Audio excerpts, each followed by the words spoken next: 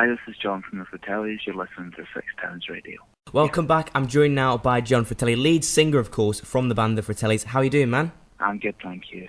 So we'll start off by talking about the new single, which is Imposters Little by Little, which comes off your new album, Eyes Wide, Tongue Tied. What made you want to release this song as a single? To be honest, it's never the sort of thing that we have much involvement with. Mm-hmm. But at the same time, it's an obvious choice single, you know.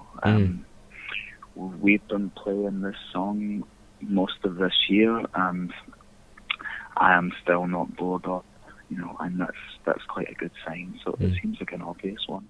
So has it been received quite well then from the fans? Well, we only, or at least I only really, my only gauge of that is playing it in shows night after night, you know. And out of all the new songs we played, it's possible that this one goes down the best. Okay.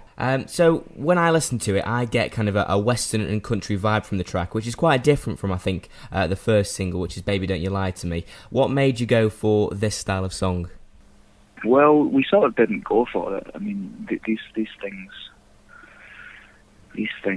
take their own shape, and they sort of arrive in that way. But like my tastes lean towards that anyway. So it's just it just came out in that style because of that, I think. And it, you know, it if it comes out organically in that way, then that's the direction to go in, you know.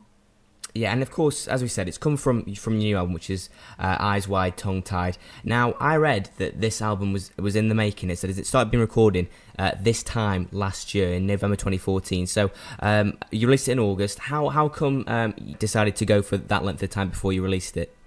Well, we made it about this time last year, but as for when it's released, that's completely out of your hands, you know. Right. It's never been anything we've ever been involved with. But from the very first record we made, I mean, we made our first record in January, and the album came out in September. You know, so really, that's kind of normal. Yeah. I don't pretend to understand why. And really, when you just after you've made the record, that's kind of the end of your job. You know, and then you pass it over to somebody else who knows what they're doing. We certainly don't know what we're doing. Now, the album has had quite a lot of commercial and critical success, but as a band yourselves, how do you feel about the album? There's nothing on this record that we don't like. Yeah. Everything that's on there is on there because we like it. We did record more songs than that, but the 11 that are on there are the ones that we like the most, really. And that was a year ago, and I still feel the same about it. You know? Have you got a favourite song off the album? I don't at all, but that's the thing. I just don't think in those terms. Yeah, you love them all equally. They're all on there because they're good enough to be on there, you know. Yeah. There's nothing on there that if there was anything that wasn't good enough to be on there, then it's not on there, you know. Now, to coincide with the album, you've also released the tour dates, and you're on tour at the moment. We'll give a read out of the tour dates after we've spoken. How's the tour going so far? It all bleeds into one in the end, really. You know, we did, because we started in the US and then we did Europe, and you know, we went straight from one into the other and straight from Europe into here. So it becomes one big show, really. Yeah. And we have, the way I judge these things is, because we do the same thing every night, you know, we sort of bring the same thing every night, and it becomes sort of quite consistent because of that. The way I judge these things is if we've had no horror stories, we've had no horror stories, you know, nothing has stood out as being sort of below par, so, you know, that's quite a good sign. It's a good thing. It is a good thing. And as you say, you've just been on a European leg of the tour. Now, of course, that must be one of the best parts of your job, is that you get to see all these amazing countries, visit all these amazing cities. Has anyone impressed you? Has anywhere impressed you? Or has there been a moment where you've kind of had to sit down and think, wow, this is my job? I don't rank these things, and I don't rank the places that we play. And you'd be surprised. I've seen more of the world traveling separately from touring. You know, we see venues. We roll into one place and roll straight back out overnight.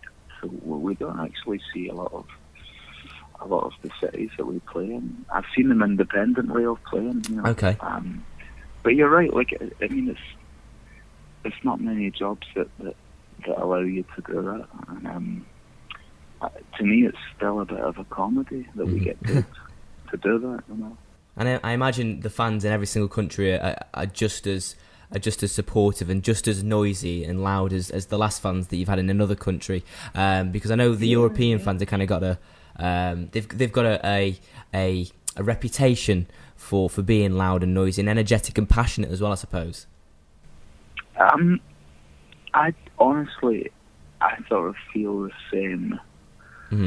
The same reception wherever we go, you know. But it just displays itself differently, just because of the change in culture, you know.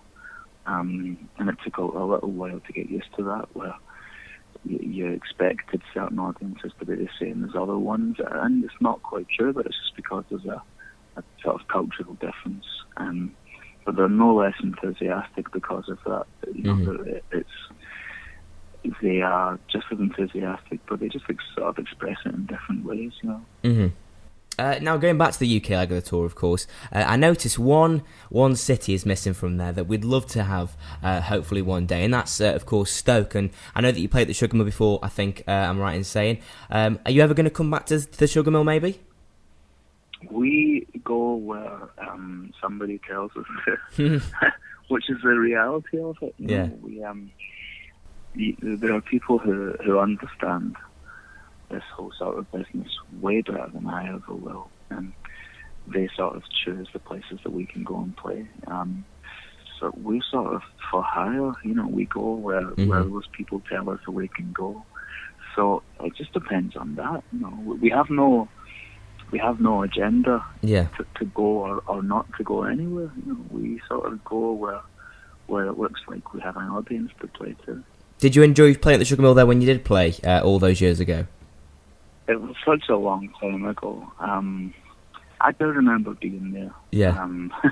But yeah, I remember being so many places, but without remembering the show, you know. Yeah. But that doesn't mean anything. That just means you've played thousands of shows, really. Of course.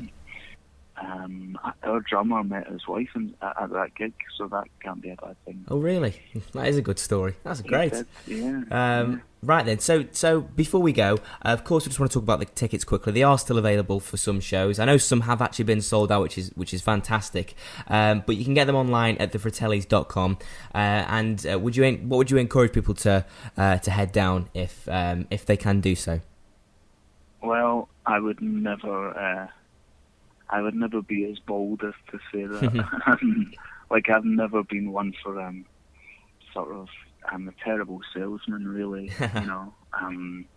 But if you like what we do, you would like that show. Of course. Well, I'll be bold enough to say it then. I think that if you have got if you check out the Fratellis website and you have got a night off when they are performing near you, then check them out. Go to thefratellis.com. So thank you very much, Jon. Thank you for speaking to us. You're welcome, thank you. And good luck with the show tonight. I appreciate it, man. Thank you.